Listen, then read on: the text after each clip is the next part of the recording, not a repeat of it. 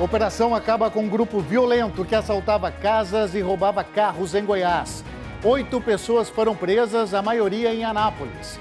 Perícia descobre a causa do acidente com uma lancha que matou uma pessoa em Itumbiara. O problema foi no sistema que impedia que a água entrasse na embarcação. Os estragos da chuva em Anápolis. E na reta final da campanha contra a fitose, menos da metade do rebanho-alvo foi vacinado. A partir de agora, no Jornal Anhanguera, segunda edição.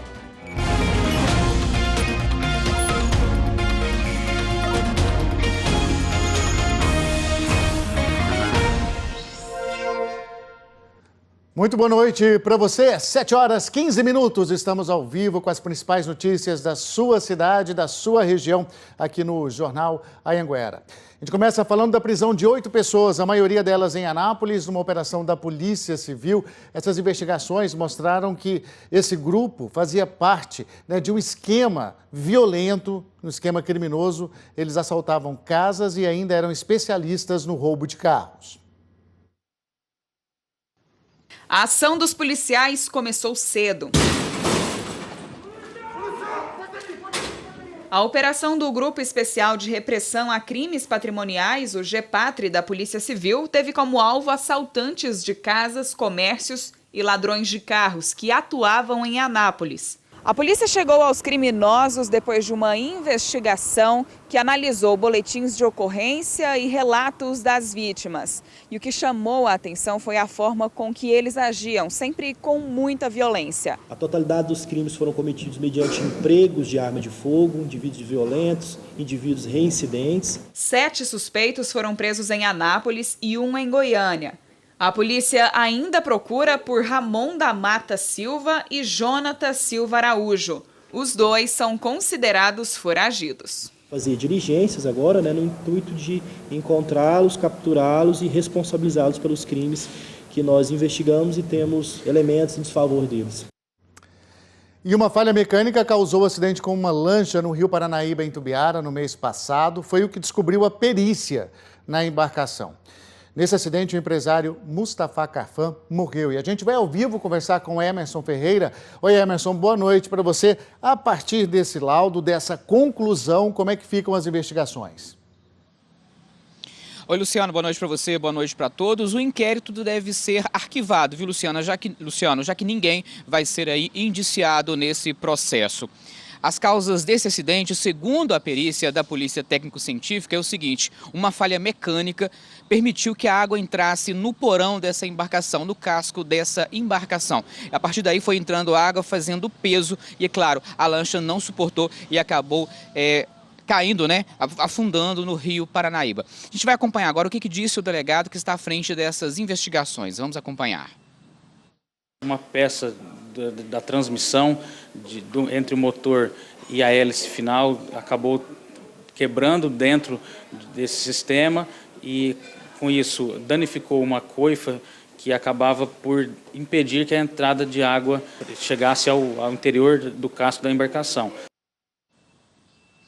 Nesse acidente, morreu o empresário Mustafa Carfan, de 49 anos. Ele pilotava essa lancha. O outro ocupante, de 44 anos, conseguiu sobreviver sem ferimentos. A perícia também apurou que essa lancha possuía um sistema de retirada de água. Era movido por bombas, mas o sistema não era automático. E possivelmente aí o piloto não conseguiu acionar esse sistema, Luciano.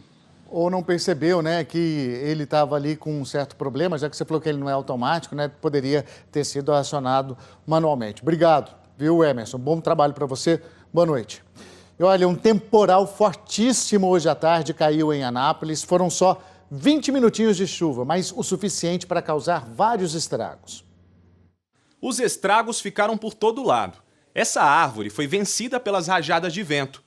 O telhado que cobria 2 salas dessa escola foi arrancado. Por sorte, nenhuma criança estava no local.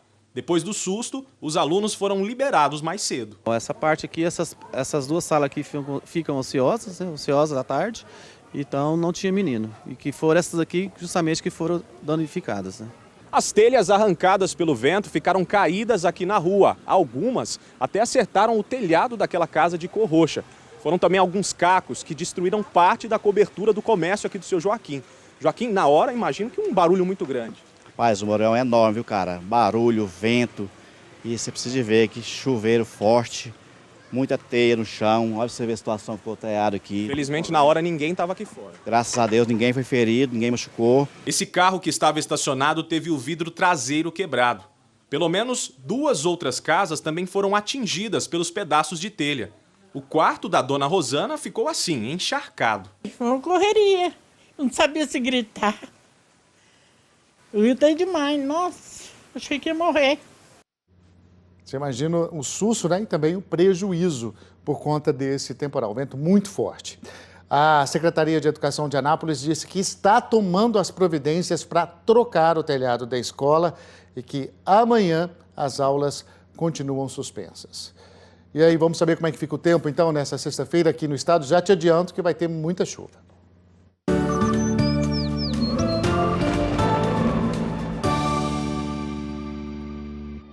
Sexta-feira de sol, mas com formação de nuvens por causa da umidade.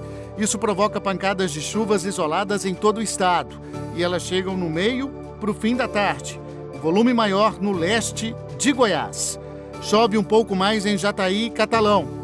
Em Aragarças e Porangatu, calor de 33 graus.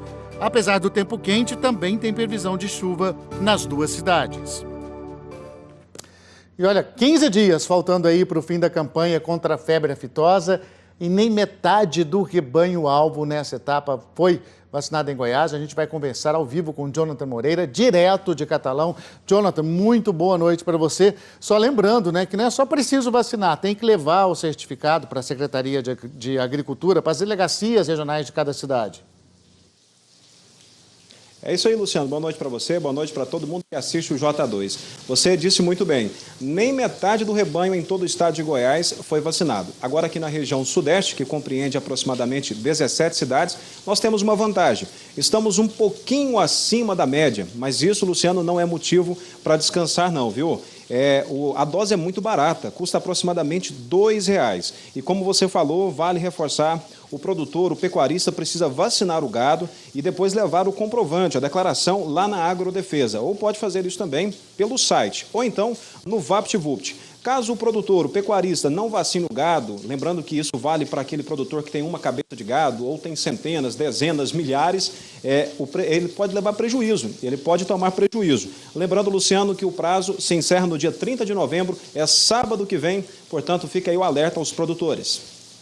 Obrigado, Jonathan. Estou vendo que está ventando aí um pouquinho, hein? Previsão de chuva por aí também.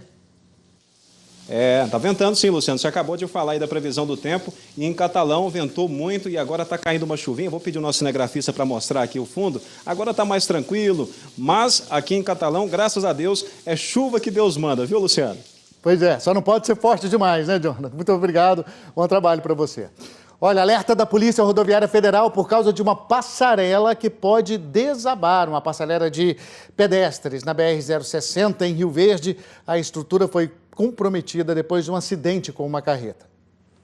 A passarela do perímetro urbano da BR-060 de Rio Verde está interditada. Passando por baixo da rodovia, né? É mais perigoso ainda, né? Porque a passarela evitava um pouco, agora por baixo, só Deus para cuidar de nós mesmo, né?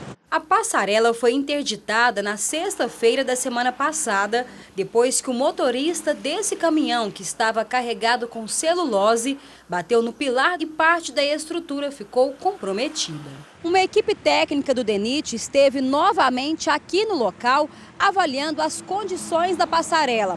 O estudo deve ser apresentado nos próximos dias. Após esse estudo, vai ver a viabilidade de fazer alguma estrutura temporária para que possa garantir a segurança daqueles que vão utilizar a passarela. Este homem arrisca e passa tranquilamente. A Polícia Rodoviária Federal orienta os pedestres a passar por outras rotas. A recomendação é que não passe pela passarela.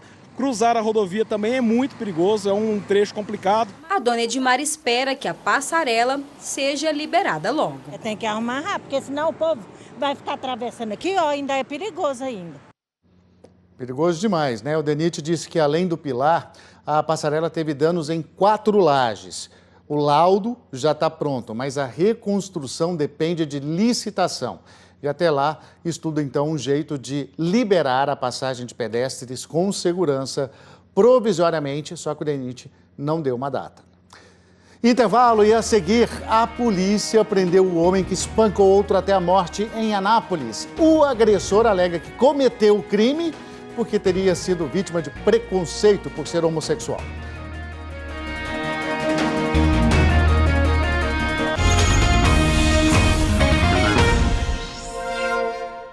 Volta agora 7 horas e 27 minutos, horário de Brasília. Está preso um homem que espancou até a morte. Outro homem em Anápolis, ele disse que cometeu esse crime porque teria sido vítima de preconceito por ser homossexual. Os detalhes com Arthur Neves, que está aqui ao vivo comigo. Arthur, boa noite para você.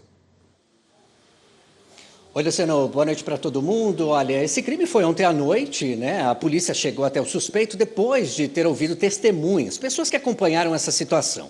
Essas pessoas disseram, então, aos policiais sobre as características físicas dele, a roupa que ele estava usando. Então, os policiais fizeram aí uma varredura, né, pela cidade e encontraram esse suspeito no centro aqui de Anápolis. Ele foi preso em flagrante. Ele contou para a polícia que agiu dessa maneira porque a vítima teria dito aí expressões homofóbicas para ele. Esse suspeito, de 26 anos, ele já tinha passagem pela polícia por furto e roubo. Agora ele está à disposição da justiça e deve responder por homicídio doloso quando há intenção de matar. Agora, uma outra informação também, Luciano, é que a mãe desse suspeito foi presa também hoje por furto qualificado. Complicado, né, Luciano? Pois é, né? E aí a gente vai acompanhando essa investigação. Arthur, obrigado, bom trabalho a todos aí na redação de Anápolis. Olha, a Polícia Civil de Jaraguá prendeu um comerciante. Ele tinha um depósito de roupas falsificadas na cidade. Nesse depósito que a gente vê aí, a polícia retirando as peças, já guardando nos carros, a polícia encontrou então 4.000 peças de roupas falsificadas. Imagens de dentro do depósito agora, todas de várias marcas famosas, viu? O comerciante que não teve o nome revelado, foi autuado em flagrante. Morreu hoje, aos 94 anos em Goiânia, Antônio Soares Neto. Ele era conhecido como Seu Toniquinho. Ele ficou conhecido aqui na história do país, ficou conhecido em todo o Brasil, quando perguntou a Juscelino Kubitschek, em um comício em Jataí, se ele iria mesmo cumprir a Constituição e levar a capital do Brasil para o Planalto Central. Já com saudades, o filho de Seu Toniquinho relembra o último encontro da família no mês passado. O motivo, mais que especial, era comemorar os 94 anos do pai. Tem boas lembranças dele, de pai, de amigo, de companheiro. Antônio Soares Neto, ou apenas Seu Toniquinho, ficou conhecido em todo o país em 1955, durante o primeiro comício de Juscelino Kubitschek como candidato à presidência da República. Foi ele quem perguntou se Juscelino cumpriria a Constituição e levaria a capital do Brasil para o Planalto Central. A partir dessa pergunta, a construção de Brasília virou uma promessa de campanha. A história foi contada na minissérie JK, exibida pela Rede Globo em 2006. Quando o Toniquinho me colocou o problema, eu pensei subitamente.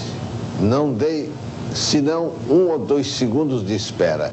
E respondi prontamente. Seu Toniquinho passou mal ontem à noite e foi levado para o Hospital do Coração, em Goiânia, onde morava há mais de 40 anos, mas não resistiu a uma parada cardíaca e morreu nesta quinta-feira. Seu Adelino era amigo de Toniquinho desde a juventude. Ele tinha, sim, uma condição comunitária muito grande, um grande político, né? Um grande participativo de todas as ações aqui na nossa cidade.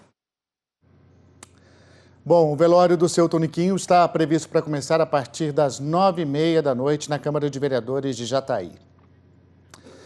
Gente, vamos falar agora de uma situação de um carro parado pela Polícia Rodoviária Federal na BR-060. Essas que são as imagens que a gente tinha visto logo anteriormente. Isso foi em Rio Verde, estava carregado de materiais possivelmente comprados do Paraguai. Entre os produtos tinham dezenas de brinquedos, cosméticos. A Polícia Rodoviária Federal disse que o motorista e o passageiro do carro vão responder pelo crime de descaminho, que é quando a mercadoria entra no país sem pagar os impostos. A apreensão vai ser levada para a Receita Federal em Rio Verde.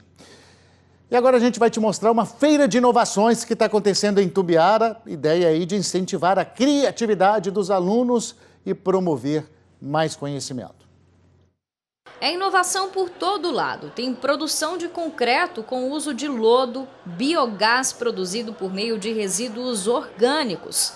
Todos esses trabalhos estão sendo apresentados pelos alunos do Senai de Itumbiara. A unidade está de portas abertas para receber a comunidade e estudantes de outras escolas. É uma oportunidade de conhecer um pouco mais sobre as carreiras voltadas para a atuação nas indústrias. A feira está na 10ª edição e cada ano chama mais a atenção. São projetos aderentes ao mercado de trabalho, aderentes às empresas da nossa região, e eles pegam esses desafios para desenvolver aqui no Senai e devolvem isso em forma de solução para as empresas. Ao todo, 32 projetos estão sendo apresentados aqui na feira e a ideia é ampliar o conhecimento dos alunos e também incentivar a inovação com base nas demandas do mercado. E olha só que curioso, essa turma aqui desenvolveu essa delícia, um doce de leite com cachaça e castanha de guariroba.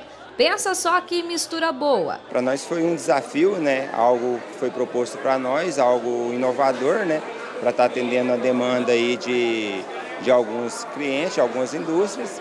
Logo, logo, esse doce de leite, que é a cara do Cerrado, vai para as prateleiras dos mercados. Agora a gente já está investindo em tabela nutricional, fazendo mais análises para melhorar o produto para posteriormente ser lançado no mercado. Gostoso e nutritivo, né? Essa feira vai até amanhã no Senai de Itumbiara. Agora vem aqui comigo, deixa eu te mostrar a imagem do dia, gente, que hoje é de um susto imenso que uma família na zona rural levou a chuva forte em Anápolis, que a gente mostrou agora há pouco. Olha isso, gente. Olha ali, parecia que a cerca estava pegando fogo. Foi um fazendeiro que fez esse vídeo mostrando quando o fio de energia arrebentou durante o temporal. Olha o prejuízo dele. Né? Essa cerca caiu, o arame caiu, né, na cerca aí, e aí deu a descarga elétrica. Matou 13 vacas da fazenda que estavam ali pertinho da cerca e também mais um cavalo. Primeiro eles ficaram com muito medo com essa imagem aí, que pegasse fogo, né, e o fogo chegasse até a casa. Mas depois aí dessa descarga elétrica, o prejuízo financeiro, né, por conta, né, dos animais que morreram. E claro, são animais, né, eles ficaram muito tristes com a morte aí das vacas e também de um cavalo. Vou terminando por aqui hoje, sempre te desejando uma boa noite, fazendo o compromisso da gente estar junto amanhã, sexta-feira, e hoje eu termino com as imagens lá da minha terrinha, Rio Verde.